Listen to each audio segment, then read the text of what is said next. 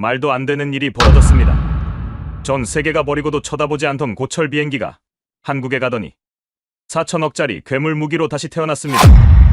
그 기술을 처음 본 순간 저는 숨이 멎을 뻔했습니다. 이건 단순한 항공 기술의 진보가 아니었습니다. 패배를 발명으로 바꾸는 한국이라는 나라의 정신이었죠. 과연 미국에서 한국의 무엇을 보고 이토록 놀랐던 걸까요? 구독과 좋아요로 대한민국을 응원해주세요. 댓글로 어디서 시청 중인지 서로 공유해주세요. 안녕하세요. 저는 미국 캘리포니아에서 항공 엔지니어로 일하고 있는 마이클 스콧입니다. 한국이라는 나라가 제 인생의 터닝 포인트가 될 줄은 정말 꿈에도 몰랐죠. 20년이라는 시간 동안 저는 항공기와 함께 살아왔습니다. 모하비 사막의 뜨거운 열기 속에서 수많은 비행기들이 마지막 숨을 거두는 걸 지켜봤죠. 그곳은 세계 최대의 항공기 해체장입니다. 전 세계에서 수명을 다한 비행기들이 모여드는 곳이죠. 제 일은 그런 비행기들을 해체하고 부품을 분류하는 거였습니다. 처음 이 일을 시작했을 때만 해도 가슴이 아팠어요. 한때 하늘을 누비던 거대한 날개들이 무력하게 놓여있는 모습을 보면서 말입니다. 하지만 시간이 지나면서 감정은 무뎌졌고 이제는 그저 일상이 되어버렸습니다. 폐기는 끝이고 수명은 되돌릴 수 없다는 게 제 철칙이었죠. 특히 해상 초계기나 정찰기 같은 군용기들은 더 그랬습니다. 민간 항공기와 달리 이런 특수 목적 항공기들은 부품 구하기도 어렵고 정비 매뉴얼도 복잡하며 무엇보다 개조하는 데 들어가는 비용이 어마어마했거든요. 그래서 대부분의 나라들은 그냥 새로 사는 걸 선택합니다. 미국도 마찬가지였고요. 그런데 2020년 어느 날 동료로부터 황당한 소식을 들었습니다. 한국이 우리가 폐기 처리한 P3C 오리온 초계기 9대를 통째로 사간다는 거였죠. 처음엔 농담인 줄 알았습니다. 그 비행기들은 이미 40년이 넘은 골동품이었거든요. 게다가 해상 초계기라는 특수한 임무 때문에 기체 부식도 심각했고 전자장비들은 완전히 구식이었습니다. 정말 한국이 그걸 산다고? 저는 속으로 비웃었습니다. 한국은 아직도 독자적인 항공기 하나 제대로 못 만드는 나라 아닌가? 그런 나라가 우리도 포기한 고철을 가져가서 뭘 할 수 있다는 거지. 솔직히 말해서 그때 저는 한국을 완전히 무시하고 있었습니다. 동료들과 점심을 먹으면서도 이 얘기가 나왔죠. 다들 고개를 저으며 웃었습니다. 누군가는 한국이 그냥 부품이나 뺏으려고 하는 거 아니냐고 했고 또 다른 사람은 전시용으로 쓰려나 보다고 추측했습니다. 하지만 저는 더 냉소적이었죠. 아마 예산 낭비하다가 결국 다시 폐기 처리하게 될 거라고 단언했습니다. 그 당시 제 경력은 거의 20년에 가까웠고 그동안 수백 대의 항공기를 직접 다뤄봤습니다. 보잉 747부터 시작해서 군용 수송기, 전투기, 심지어 구소련제 항공기까지 없는 게 없었죠. 그런 제 눈에 P3C는 이미 시대에 뒤떨어진 유물이었습니다. 1962년에 처음 개발된 이 비행기는 냉전 시대의 산물이었고 아무리 개조를 한다 해도 한계가 분명했거든요. 더군다나 미 해군조차도 이 기체들의 현대화 개조를 포기했습니다. 비용 대비 효율이 나오지 않는다는 게 공식적인 이유였죠. 신형 P8 포세이돈을 도입하는 게 훨씬 합리적이라는 결론이었습니다. 그런데 한국이 우리가 버린 걸 주워간다? 이해할 수 없는 일이었습니다. 사실 저는 한국이라는 나라에 대해 아는 게 별로 없었어요. 그저 삼성 전자제품이나 현대 자동차 정도만 알고 있었죠. K-팝이 유행한다는 것도 들어봤지만 제게는 그다지 관심 있는 분야가 아니었습니다. 항공산업에서 한국은 그저 하청업체 정도로만 인식하고 있었거든요. 보잉이나 에어버스의 부품을 만들어주는 나라, 그 이상도 이하도 아니었죠. 그래서인지 한국의 이번 결정이 더욱 어리석어 보였습니다. 항공기 한 대를 제대로 운용하려면 정비 인프라부터 시작해서 부품 공급망, 숙련된 기술자 그리고 무엇보다 경험이 필요합니다. 특히 해상 초계기처럼 복잡한 임무를 수행하는 항공기는 더욱 그렇죠. 레이더, 소나 전자전 장비, 무장 시스템까지 모든 게 유기적으로 작동해야 합니다. 저는 한국이 이 모든 걸 감당할 수 없을 거라고 확신했습니다. 아니, 솔직히 말하면 한국이 실패하길 바라고 있었는지도 모르겠네요.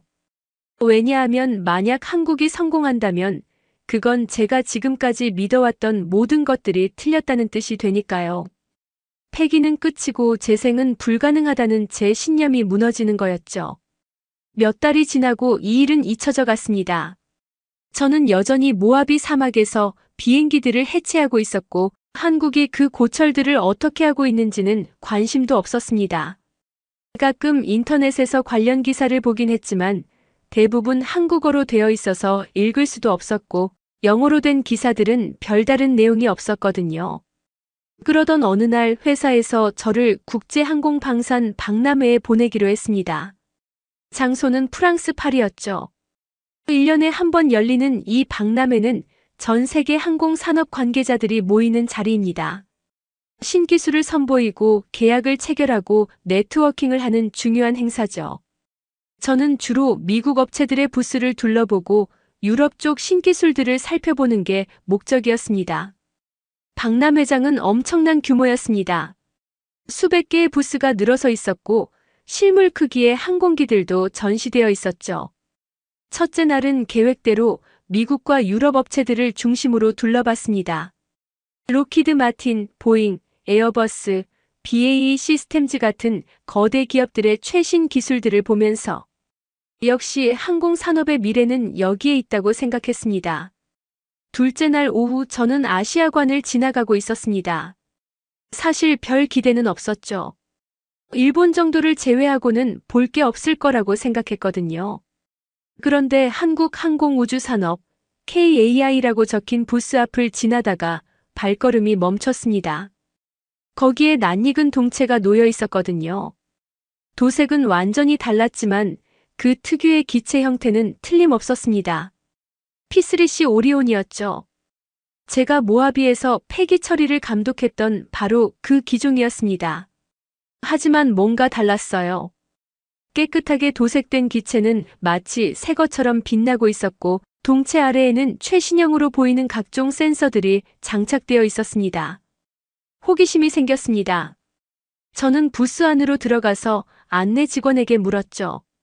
이게 정말 미국에서 수입한 중고 P3C가 맞냐고요? 젊은 한국인 직원은 밝게 웃으며 대답했습니다. 네, 맞습니다. 미국에서 퇴역한 기체 9대를 가져와서 완전히 새롭게 개조했다고요. 이름은 P3CK라고 했습니다. 저는 믿을 수가 없었습니다. 정말로 이게 가능한 일인가? 의구심을 품고 기체를 자세히 살펴보기 시작했죠. 기체 주변을 천천히 돌아보니 정말 놀라운 변화들이 눈에 들어왔습니다. 우선 동체 표면이 완전히 새 것 같았죠. 제가 알기로 해상 초계기들은 바닷물의 염분 때문에 부식이 심각한데 이 기체는 마치 공장에서 막 출고된 것처럼 매끄러웠습니다. 프로펠러도 복합 재질의 최신형으로 교체되어 있었고 엔진 나셀도 완전히 새로운 디자인이었죠. 하지만 가장 놀라운 건 기체 하부에 장착된 각종 장비들이었습니다. 제가 알던 P3C와는 완전히 달랐거든요. 최신형 전자광학 센서, 합성 개구 레이더, 그리고 이름 모를 첨단 장비들이 빼곡히 장착되어 있었습니다. 특히 기체 후미에 달린 자기 상탐지기는 제가 본 것 중 가장 컴팩트하면서도 정교해 보였죠. 저는 안내 직원에게 내부도 볼 수 있냐고 물었습니다. 다행히 가능하다고 했죠. 사다리를 타고 기체 내부로 들어가는 순간 저는 또 한 번 충격을 받았습니다. 이건 완전히 다른 비행기였거든요. 낡은 아날로그 계기판은 온데간데 없고 대신 대형 디스플레이들이 벽면을 가득 채우고 있었습니다. 조종석도 글라스 콕핏으로 완전히 현대화되어 있었고요. 가장 인상적인 건 임무 수행 구역이었습니다. 옛날 P3C는 좁고 답답한 공간에 장비들이 빼곡히 들어차 있었는데 여기는 완전히 달랐죠. 넓고 쾌적한 공간에 최신형 워크스테이션들이 배치되어 있었고 각 좌석마다 대형 모니터가 설치되어 있었습니다. 음향 탐지 장비, 레이더 콘솔, 전자전 시스템까지 모든 게 최첨단이었죠. 저는 혼잣말처럼 중얼거렸습니다. 이게 정말 그 고철이 맞나? 안내 직원은 제 반응을 재미있어 하며 설명을 이어갔죠. 단순히 장비만 바꾼 게 아니라 기체 구조 자체를 보강했다고 했습니다. 피로 누적으로 약해진 부분들을 모두 교체하고 최신 복합 재료를 사용해서 중량은 줄이면서도 강도는 높였다고요. 더 놀라운 건 이 모든 작업을 한국이 독자적으로 수행했다는 점이었습니다. 물론 일부 핵심 장비는 수입했지만 시스템 통합과 기체 개조는 순전히 한국 기술로 이루어졌다고 했죠. 저는 믿기 어려웠습니다. 시스템 통합이라는 게 얼마나 복잡한 작업인지 잘 알고 있었거든요. 서로 다른 제조사의 장비들을 하나의 플랫폼에서 완벽하게 작동시키는 건 정말 고도의 기술이 필요합니다. 부스를 나오면서 저는 복잡한 심경이었습니다. 인정하고 싶지 않았지만 한국이 해낸 일은 정말 대단했거든요. 하지만 동시에 의구심도 들었죠. 과연 이게 제대로 작동할까? 보기에만 좋은 거 아닐까? 실전에서는 어떨까? 이런 질문들이 머릿속을 맴돌았습니다. 그날 저녁 호텔로 돌아와서 인터넷으로 P3CK에 대해 검색해봤습니다. 영어로 된 자료는 많지 않았지만 몇 가지 흥미로운 정보를 찾을 수 있었죠. 한국 해군이 이미 실전 배치를 시작했고 동해와 서해에서 정기적으로 초계 임무를 수행하고 있다는 내용이었습니다. 심지어 미국의 한 군사 전문지는 한국의 이번 개조 프로젝트를 비용 대비 효율의 모범 사례로 소개하기도 했더군요. 하지만 저는 여전히 회의적이었습니다. 책상 위의 이론과 실전은 다르니까요. 특히 대잠전이라는 건 굉장히 복잡하고 어려운 임무입니다. 잠수함을 찾아내고 추적하려면 음향 탐지, 자기 탐지, 레이더, 그리고 승무원들의 숙련도까지 모든 게 완벽하게 맞아떨어져야 하죠. 과연 한국이 그 수준까지 도달했을까요? 파리에서 돌아온 후 저는 동료들에게 박람회에서 본 것들을 이야기했습니다. 대부분은 별 관심을 보이지 않았지만 몇몇은 흥미로워했죠. 특히 해군 출신인 톰이 관심을 보였습니다. 톰은 실제로 P3C를 타고 임무를 수행한 경험이 있었거든요. 제가 본 것들을 설명하자 톰도 놀라워했습니다. 그런 수준의 개조가 가능하다니 믿기 어렵다고 했죠. 그 후로도 가끔씩 한국의 P3CK 소식이 들려왔습니다. 주로 방산 관련 뉴스나 군사 전문 사이트를 통해서였죠. 한국이 추가로 6대를 더 개조하기로 했다는 소식도 있었고 다른 나라들도 한국의 개조 기술에 관심을 보인다는 이야기도 들렸습니다. 하지만 저는 여전히 그 성과를 인정하고 싶지 않았어요. 왜 그랬을까요? 지금 생각해보면 자존심 때문이었던 것 같습니다. 항공 선진국인 미국이 포기한 걸 한국이 성공시켰다는 게 받아들이기 어려웠던 거죠. 게다가 저는 20년 동안 패기가 최선이라고 믿어왔는데 누군가가 그게 틀렸다는 걸 증명해버린 셈이니까요. 시간이 지나면서 동료들 사이에서도 K방산이라는 말이 자주 나오기 시작했습니다. 한국의 자주포가 유럽에서 인기를 끌고 있다는 이야기, 한국산 훈련기가 동남아시아에 수출됐다는 소식, 그리고 한국이 독자적인 전투기 개발에 나섰다는 뉴스까지. 처음엔 그저 일시적인 현상이라고 생각했는데 점점 무시할 수 없는 흐름이 되어가고 있었죠. 특히 저를 불편하게 만든 건 미국 국방부 관계자들의 반응이었습니다.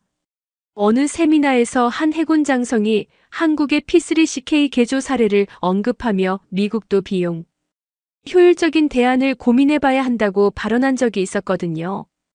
그 말을 들었을 때 저는 속으로 화가 났습니다. 우리가 최고인데 왜 한국을 벤치마킹해야 한다는 거지? 하지만 동시에 궁금증도 커져갔습니다. 정말로 한국이 뭔가 특별한 걸 해낸 걸까? 단순히 운이 좋았던 걸까? 아니면 정말 기술력이 있는 걸까? 이런 의문들이 머릿속을 떠나지 않았죠. 그러던 중 뜻밖의 기회가 찾아왔습니다. 회사의 아시아 지역 담당자가 한국 방문을 제안한 겁니다. 한국의 항공 산업을 직접 보고 협력 가능성을 타진해 보라는 거였죠. 처음엔 거절하려고 했습니다. 솔직히 한국에 가서 뭘 배울 게 있겠냐 싶었거든요. 하지만 상사의 강력한 권유로 결국 가기로 했습니다. 2022년 가을, 저는 생애 처음으로 한국 땅을 밟게 되었죠. 인천공항에 도착했을 때 첫인상은 꽤 현대적이라는 거였습니다. 공항 시설이 깨끗하고 효율적이었죠. 하지만 그게 다였습니다. 저는 여전히 한국을 과소평가하고 있었거든요. 공항이나 잘 지어놨구나, 그 정도 생각이었죠. 한국에서의 첫 일정은 한국항공우주산업 본사 방문이었습니다. 경상남도 사천이라는 곳에 위치해 있었는데 서울에서 국내선을 타고 가야 했죠. 사천공항에 도착해서 회사로 가는 길에 창밖을 보니 논밭과 산이 어우러진 한국의 전형적인 시골 풍경이 펼쳐져 있었습니다. 솔직히 이런 곳에서 첨단 항공기를 만든다는 게 잘 상상이 안 됐어요. 하지만 회사에 도착하자마자 생각이 바뀌었습니다. 거대한 공장 건물들이 늘어서 있었고 활주로에는 각종 항공기들이 줄지어 서 있었죠. 특히 인상적인 건 직원들의 표정이었습니다. 다들 활기차고 자신감이 넘쳐 보였거든요. 미국의 오래된 항공회사들에서는 보기 힘든 모습이었죠. 안내를 맡은 김 과장이라는 사람이 저를 맞이했습니다. 30대 중반으로 보이는 젊은 엔지니어였는데 유창한 영어로 회사 소개를 시작했죠. 한국 항공우주 산업이 어떻게 성장해 왔는지, 현재 어떤 프로젝트들을 진행하고 있는지 설명해 주었습니다. 저는 건성으로 듣고 있었는데 한 가지 흥미로운 이야기가 나왔어요. P3CK 프로젝트는 사실 회사 내에서도 반대가 많았다고 했습니다. 위험 부담이 너무 크고 실패하면 회사 이미지에 타격이 클 거라는 우려가 있었다고요. 하지만 젊은 엔지니어들이 강하게 밀어붙였고 결국 경영진을 설득하는데 성공했다는 겁니다. 그들의 논리는 간단했죠. 이걸 해내면 한국의 항공 기술력을 전 세계에 증명할 수 있다는 거였습니다. 공장 견학이 시작됐습니다. 첫 번째로 들른 곳은 기체 정비 경납고였죠. 거기서 저는 실제로 개조 작업 중인 P3C를 볼 수 있었습니다. 기체가 완전히 분해되어 있었는데 각 부분을 꼼꼼히 검사하고 보강하는 작업이 한창이었어요. 작업자들의 손놀림은 정확하고 빨랐습니다. 확실히 숙련된 기술자들이었죠. 김 과장이 설명을 이어갔습니다. 단순히 오래된 부품을 새 것으로 교체하는 게 아니라 전체 구조를 분석해서 취약한 부분을 찾아내고 보강한다고 했죠. 특히 해상 작전으로 인한 부식 부위는 완전히 제거하고 새로운 재료로 대체한다고 했습니다. 그 과정에서 한국이 독자 개발한 특수 코팅 기술을 적용한다고도 했고요. 다음으로 이동한 곳은 항전 장비 통합 실험실이었습니다. 여기가 진짜 핵심이었죠. 거대한 실험실 안에는 P3CK의 모든 전자 장비들이 설치되어 있었고 엔지니어들이 시뮬레이션을 돌리고 있었습니다. 각종 센서와 레이더, 통신 장비들이 하나의 네트워크로 연결되어 실시간으로 정보를 주고받는 모습은 정말 인상적이었어요. 특히 놀라운 건 소프트웨어였습니다. 김 과장의 설명에 따르면 하드웨어는 일부 수입에 의존하지만 소프트웨어는 거의 대부분 한국에서 개발했다고 했죠. 서로 다른 제조사의 장비들을 하나로 통합하는 소프트웨어, 데이터를 분석하고 표시하는 프로그램, 그리고 임무 계획 시스템까지 모두 자체 개발했다는 겁니다. 저는 점점 더 놀라고 있었습니다. 이건 단순한 개조가 아니었어요. 완전히 새로운 무기 체계를 만드는 수준이었죠.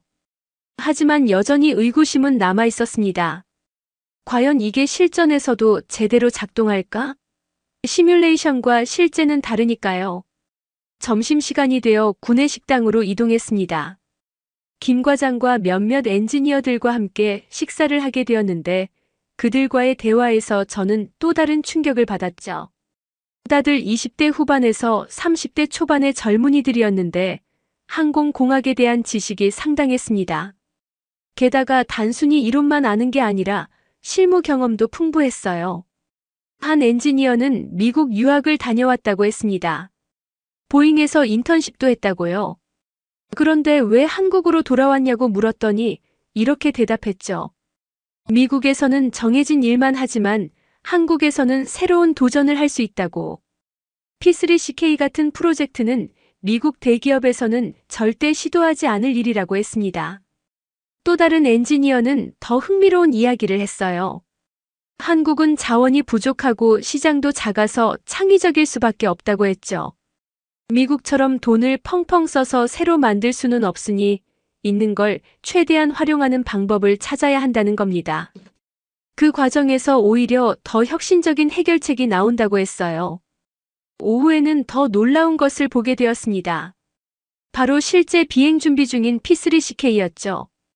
김해 공군기지로 이동해서 직접 볼 수 있는 특별한 기회를 얻었거든요. 기지에 도착하니 활주로에 회색으로 도장된 P3CK 한 대가 서 있었습니다. 가까이에서 보니 정말 새 비행기 같았어요. 조종사와 승무원들을 만날 기회도 있었습니다. 기장은 40대 중반의 베테랑 조종사였는데 P3CK에 대한 자부심이 대단했죠. 미국에서 운용하던 원래 P3C보다 훨씬 좋다고 극찬했습니다. 특히 새로운 엔진과 프로펠러 덕분에 연료 효율이 크게 개선됐고 소음도 많이 줄었다고 했어요. 임무장비 운용사관도 만났는데 20대 후반의 젊은 장교였습니다. 새로운 시스템이 얼마나 뛰어난지 열정적으로 설명했죠. 특히 다중 센서 융합 기술이 인상적이라고 했습니다. 레이더, 전자광학 센서, 음향 탐지. 장비에서 들어오는 정보를 실시간으로 통합해서 하나의 전술 상황도로 만들어낸다는 거였어요. 하지만 제가 가장 듣고 싶었던 건 실전 경험이었습니다. 그래서 조심스럽게 물어봤죠. 실제로 잠수함을 탐지한 적이 있냐고요? 그러자 승무원들의 표정이 묘하게 변했습니다. 기장이 잠시 망설이다가 대답했죠. 군사 기밀이라 자세히는 말할 수 없지만 기대 이상의 성과를 내고 있다고. 특히 모국가의 잠수함을 장시간 추적하는데 성공한 적이 있다고 했습니다. 저는 그 순간 뭔가 크게 잘못 생각하고 있었다는 걸 깨달았어요. 한국은 단순히 낡은 비행기를 수리한 게 아니었습니다. 완전히 새로운 차원의 무기 체계를 만들어낸 거였죠. 그것도 미국이 포기한 플랫폼을 가지고 말입니다. 한국에서의 일정이 끝나고 미국으로 돌아오는 비행기 안에서 저는 계속 생각에 잠겨 있었습니다. 지난 며칠 동안 본 것들이 머릿속에서 떠나지 않았죠. 특히 한국 엔지니어들의 눈빛이 인상적이었습니다. 그들은 정말로 자신들이 하는 일에 자부심을 갖고 있었고 불가능을 가능으로 만들었다는 확신에 차 있었어요. 미국에 돌아와서 회사에 보고서를 제출했습니다. 한국의 항공산업이 예상보다 훨씬 발전해 있으며 특히 시스템 통합과 개조 분야에서는 독특한 강점을 갖고 있다고 썼죠. 하지만 솔직히 말하면 제 마음속에는 여전히 갈등이 있었습니다. 한편으로는 한국의 성과를 인정하면서도 다른 한편으로는 그게 미국의 우위를 위협할 수 있다는 불안감이 있었거든요. 그 후로 몇 주가 지났습니다. 일상으로 돌아왔지만 뭔가 예전과는 달라진 기분이었죠. 모하비 사막의 항공기 해체장에서 일하면서도 계속 한국에서 본 것들이 떠올랐습니다. 특히 폐기 처분을 기다리는 항공기들을 볼 때마다 이런 생각이 들었어요. 혹시 이것들도 다시 살릴 수 있는 거 아닐까? 그러던 어느 날 동료 톰이 흥미로운 뉴스를 가져왔습니다.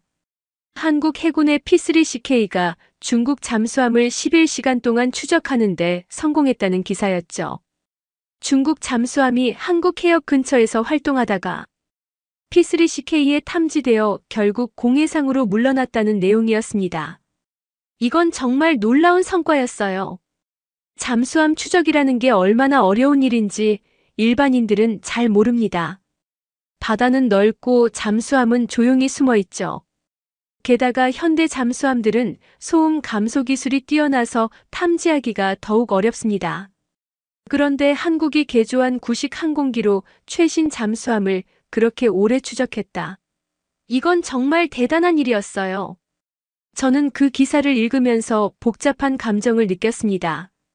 한편으로는 한국의 성과가 인상적이었지만 다른 한편으로는 자존심이 상했죠.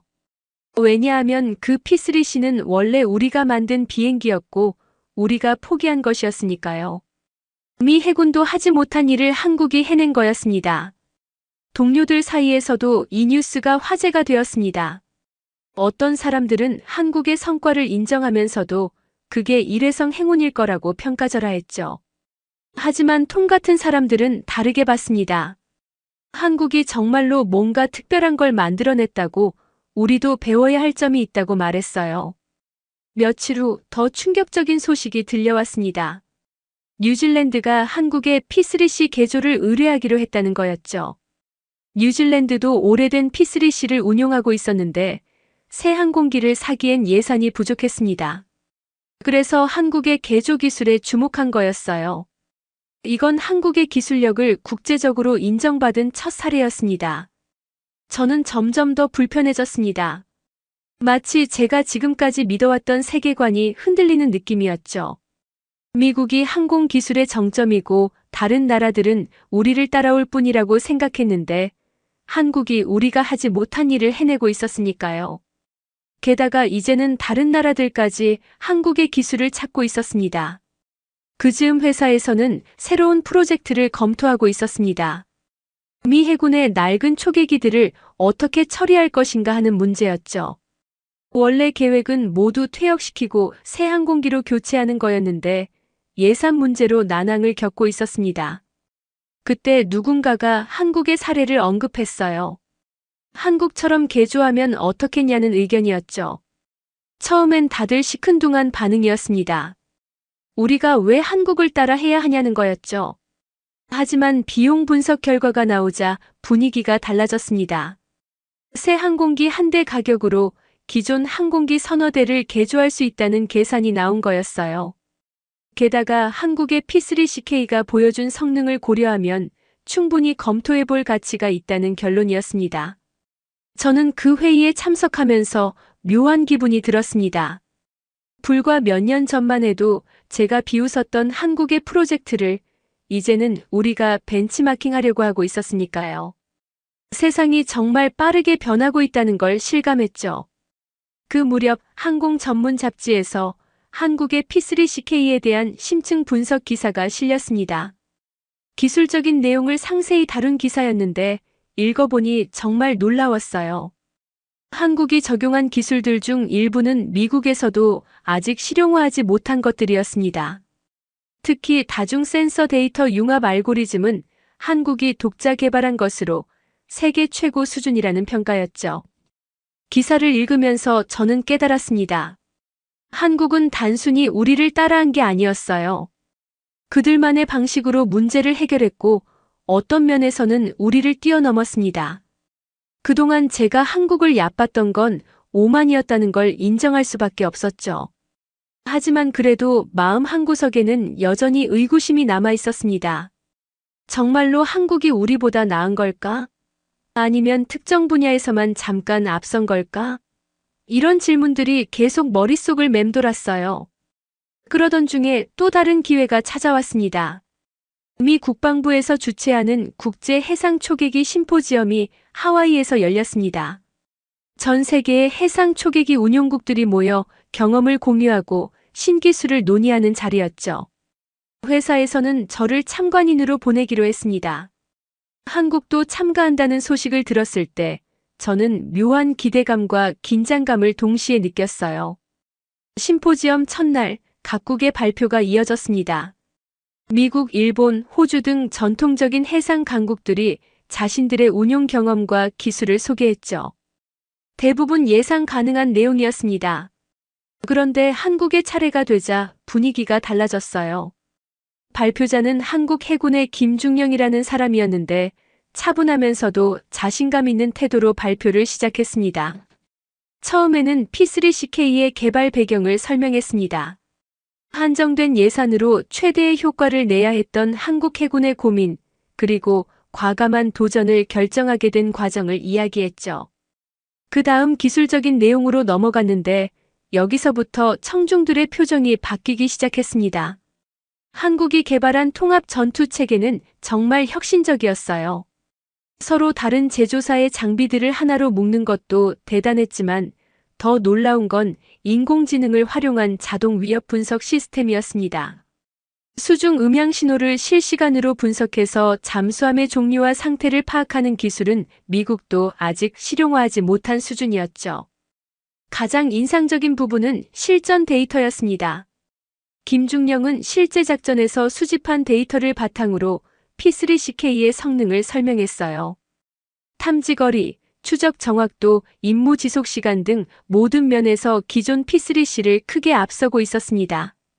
특히 연료 효율이 30%나 개선되어 더 오래 임무를 수행할 수 있다는 점은 많은 사람들의 관심을 끌었죠.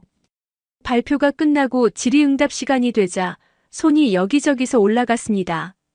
미 해군 대령이 먼저 질문했어요. 시스템 통합 과정에서 가장 어려웠던 점이 무엇이었냐고. 김중령의 대답은 의외였습니다. 기술적인 문제보다 사고방식을 바꾸는 게 더 어려웠다고 했죠. 완벽한 새 것을 원하는 대신 있는 것을 최대한 활용하는 발상의 전환이 필요했다는 거였어요.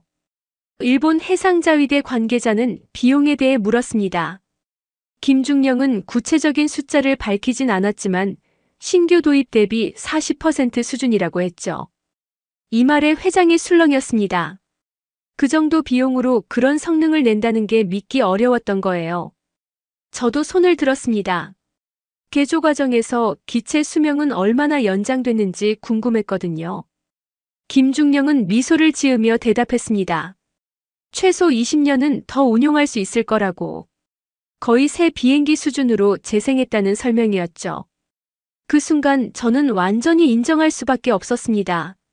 한국은 정말로 불가능을 가능으로 만들었다고.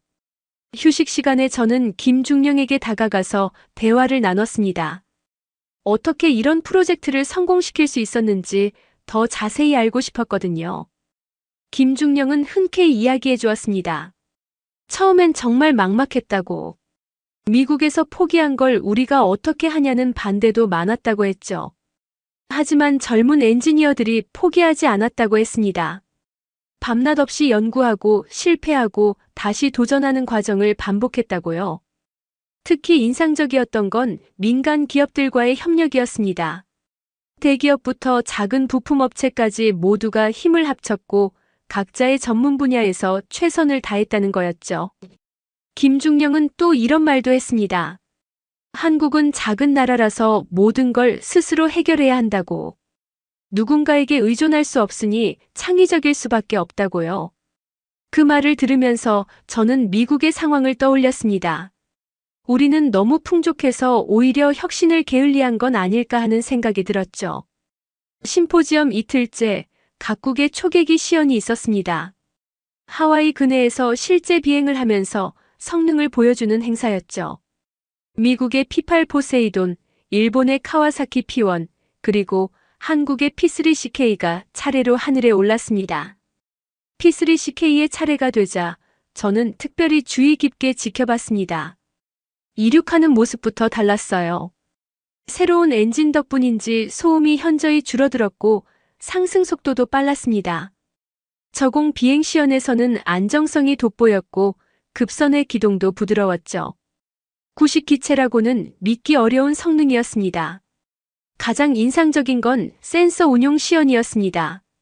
해상에 설치된 모의 표적들을 탐지하고 식별하는 과제였는데 P3CK는 다른 어떤 항공기보다도 빠르고 정확하게 임무를 완수했어요.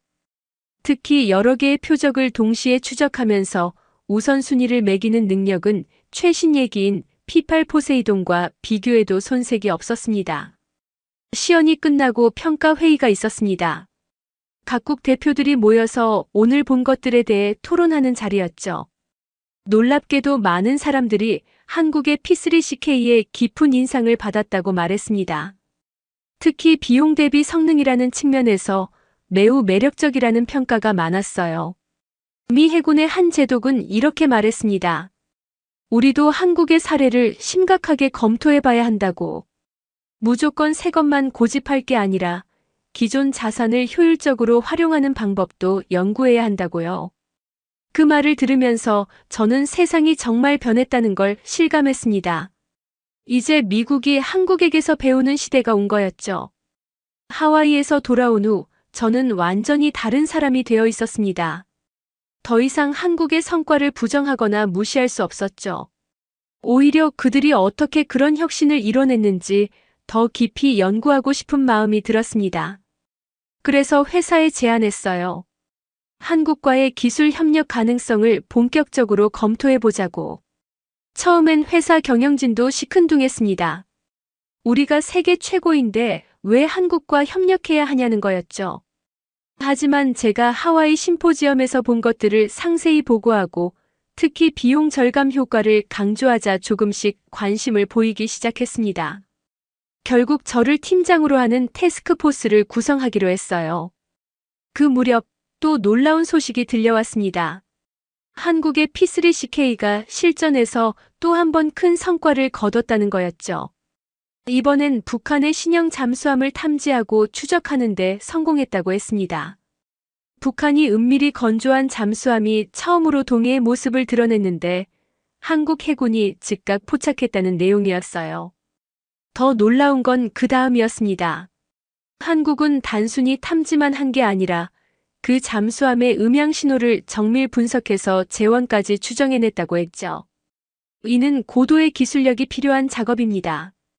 음향 신호만으로 잠수함의 크기, 추진 방식, 심지어 탑재 무기까지 추정하는 건 정말 어려운 일이거든요.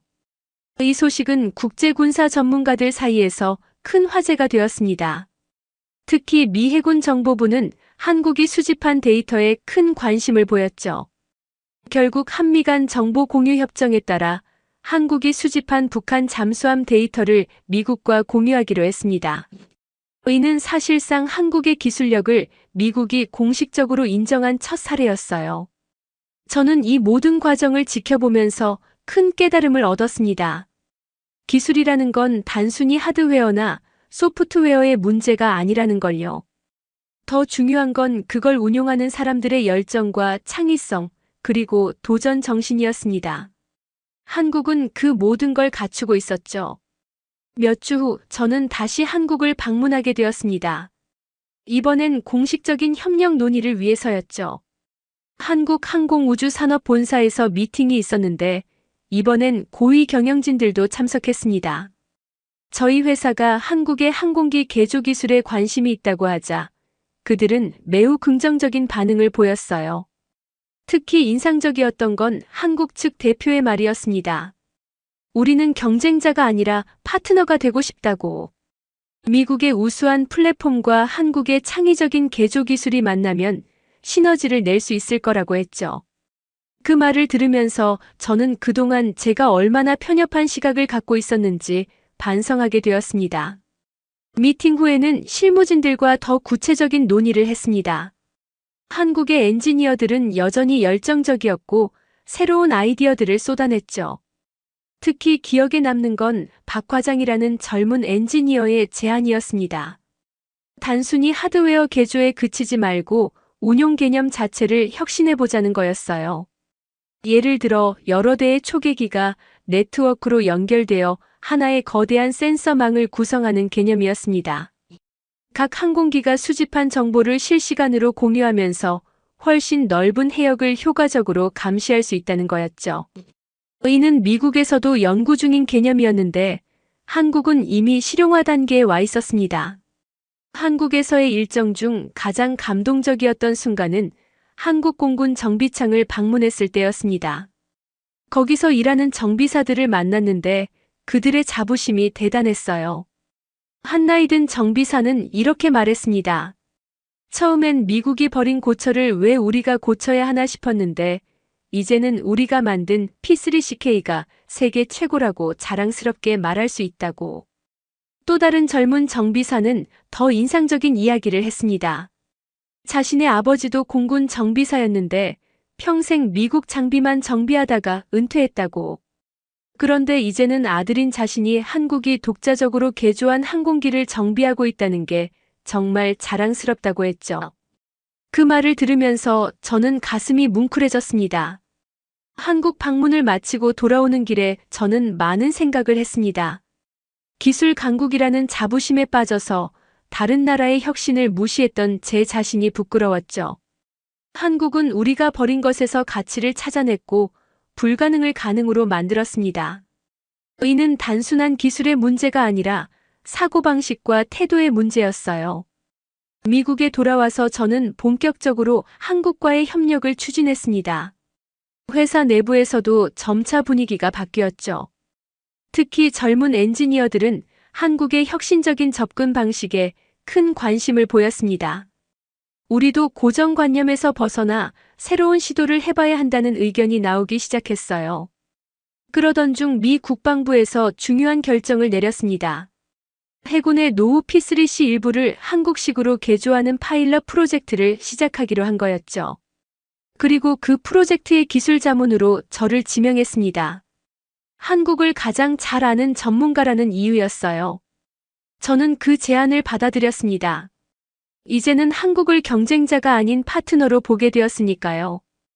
그들에게서 배울 점이 많다는 걸 인정하게 되었고 함께 일하는 것이 양국 모두에게 도움이 될 거라고 확신했습니다.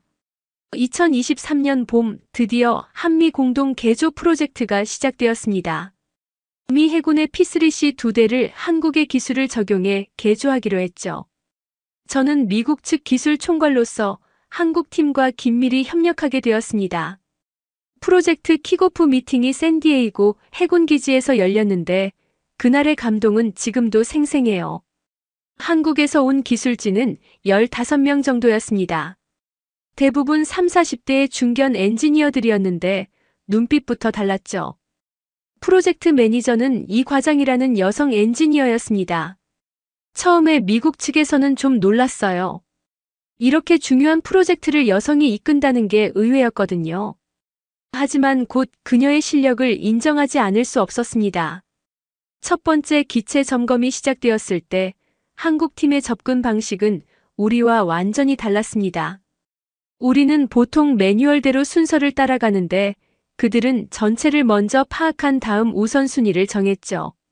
이 과장은 이렇게 설명했습니다. 모든 문제를 다 고칠 순 없으니 가장 중요한 것부터 해결해야 한다고. 제한된 예산과 시간 안에서 최대의 효과를 내는 게 목표라고 했어요. 한국 팀이 가져온 장비들도 인상적이었습니다. 최신 진단 장비들은 물론 그들이 자체 개발한 특수 도구들도 있었죠. 특히 기체 내부를 스캔하는 장비는 우리가 본 적 없는 것이었습니다. 초음파와 엑스레이를 결합한 방식으로 분해하지 않고도 내부 상태를 정확히 파악할 수 있었어요. 작업이 본격적으로 시작되자 양국 엔지니어들 사이에 묘한 경쟁 의식이 생겼습니다. 처음엔 서로 경계하는 분위기였죠. 미국 엔지니어들은 자존심 때문에, 한국 엔지니어들은 인정받고 싶은 마음 때문에. 하지만 시간이 지나면서 그런 벽은 자연스럽게 무너졌습니다. 기술 앞에서는 모두가 평등했으니까요. 특히 기억에 남는 에피소드가 있습니다. 전자장비 통합 과정에서 큰 문제가 발생했어요. 미국산 레이더와 한국산 전투 시스템이 제대로 연동되지 않았던 거죠. 양쪽 엔지니어들이 며칠 밤을 새워가며 해결책을 찾았지만 쉽지 않았습니다. 그때 한국의 젊은 엔지니어 하나가 획기적인 아이디어를 냈어요. 완전히 새로운 인터페이스를 만들자는 제안이었습니다. 기존의 방식을 고집하지 말고 아예 새로운 프로토콜을 개발하자는 거였죠. 처음엔 너무 위험하다는 반대가 있었지만 결국 시도해보기로 했습니다. 놀랍게도 성공했어요. 그 젊은 엔지니어는 겨우 28살이었는데 미국의 베테랑 엔지니어들도 해결하지 못한 문제를 풀어낸 거였죠. 프로젝트가 진행되면서 저는 한국 팀의 일하는 방식에 깊은 인상을 받았습니다. 그들은 정말 열심히 일했어요. 아침 일찍부터 밤늦게까지 주말도 반납하고 일했죠. 하지만 단순히 열심히만 하는 게 아니었습니다. 효율적이고 창의적이었어요. 문제가 생기면 여러 사람이 모여서 브레인스토밍을 하고 가장 좋은 해결책을 찾아냈죠. 또 인상적이었던 건 그들의 팀워크였습니다. 위계 질서가 있긴 했지만 일할 때는 누구나 자유롭게 의견을 낼 수 있었어요. 신입 엔지니어의 아이디어도 좋으면 즉시 채택됐고 경험 많은 선배들도 기꺼이 후배들의 의견을 들었죠.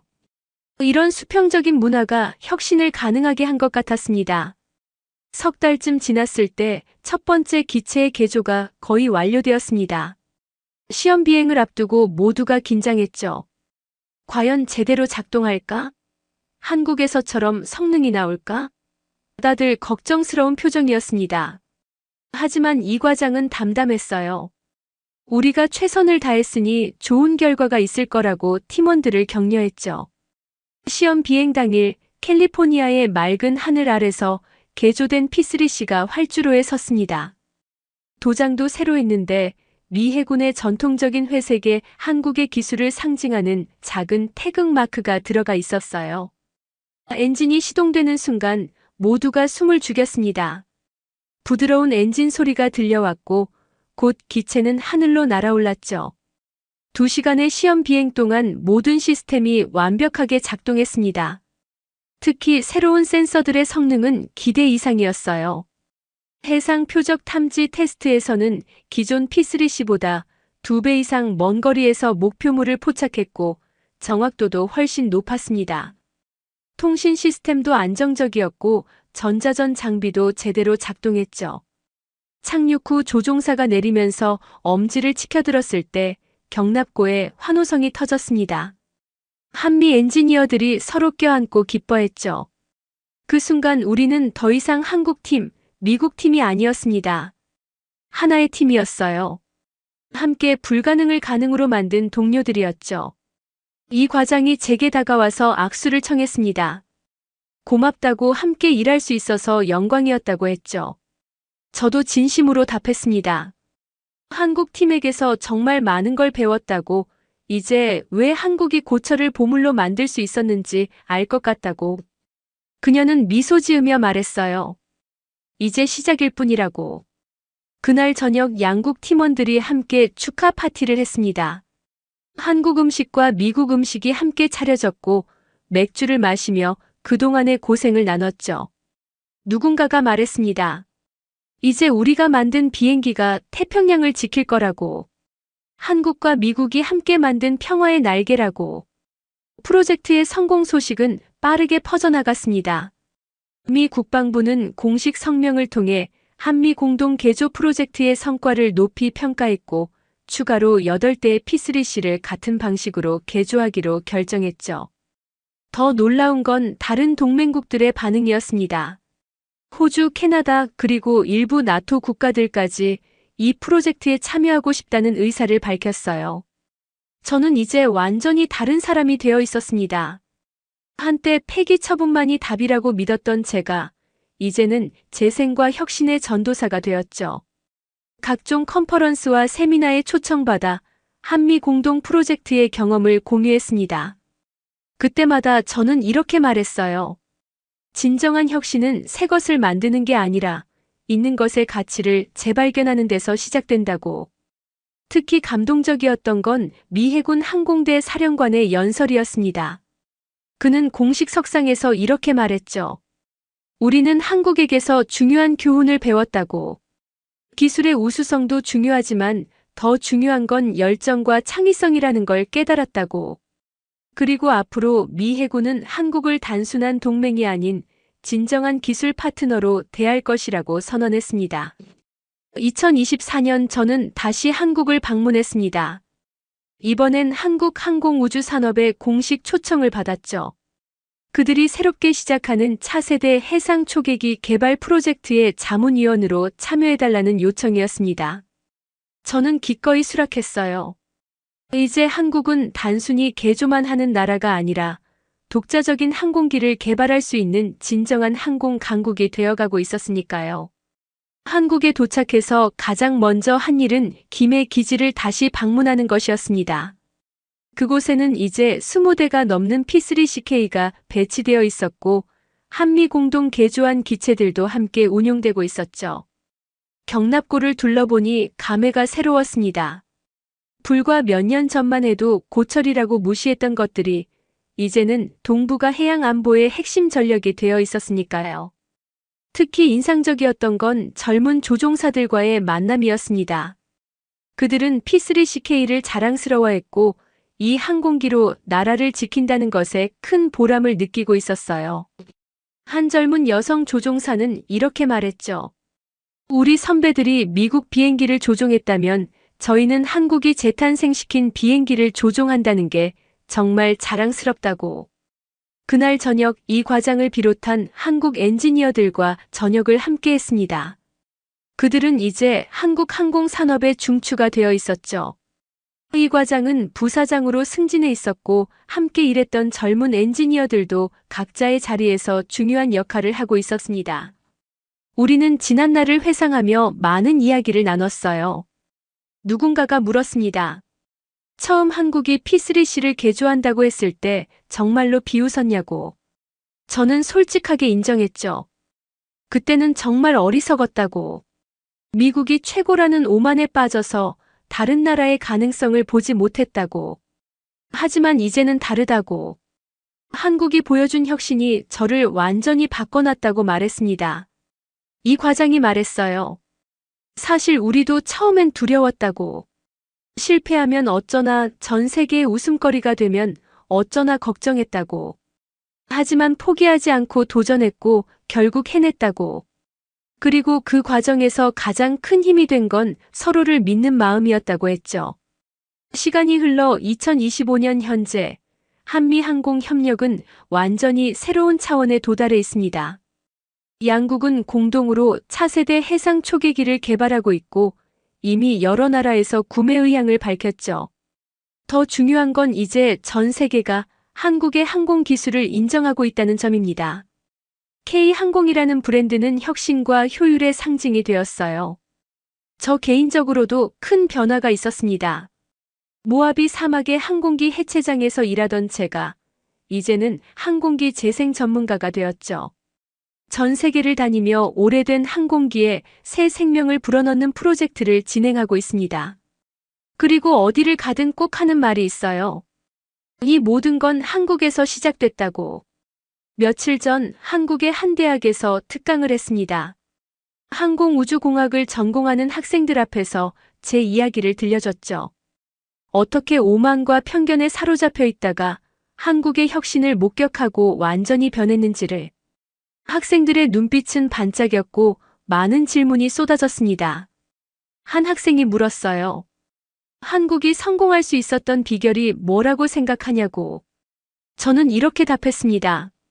불가능을 인정하지 않는 도전 정신, 한계를 창의성으로 극복하는 지혜, 그리고 무엇보다 함께 해낼 수 있다는 믿음이었다고.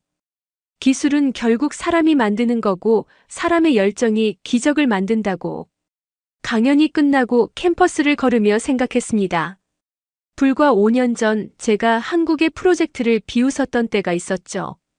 그런데 지금은 한국의 젊은이들 앞에서 그들의 성취를 찬양하고 있습니다.